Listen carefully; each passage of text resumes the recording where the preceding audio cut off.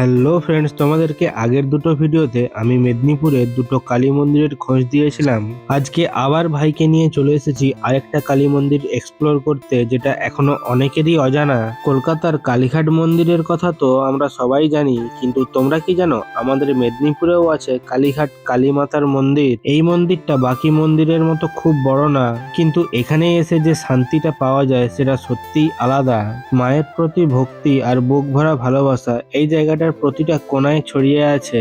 মন্দিরের পাশ দিয়েই বয়ে চলেছে কংসাবতী নদী, নিজের তালে নিজের ছন্দে। চারিপাশের এই শান্ত নিরিবিলি পরিবেশে মায়ের আরাধনা করতে মনটা নিজে থেকেই শান্ত হয়ে যায়। আমার মতো তোমরাও যারা এখানে আসতে চাও, লোকেশনটা হলো মেদিনীপুর পালবাড়ির মাঠ, বাঁদিকে দেখে একটু এগিয়ে বিবাহ বুটিক যাওয়ার রাস্তায় বেঁকে সোজা কিছুটা গিয়ে আবার বাঁদিকে গেলেই নদীর ধারে মা কালীর মন্দির। ফেস্টিভ সময় হোক বা সাধারণ দিন, এই জায়গাটা একবার না এলে মিস করবে বন্ধুরা।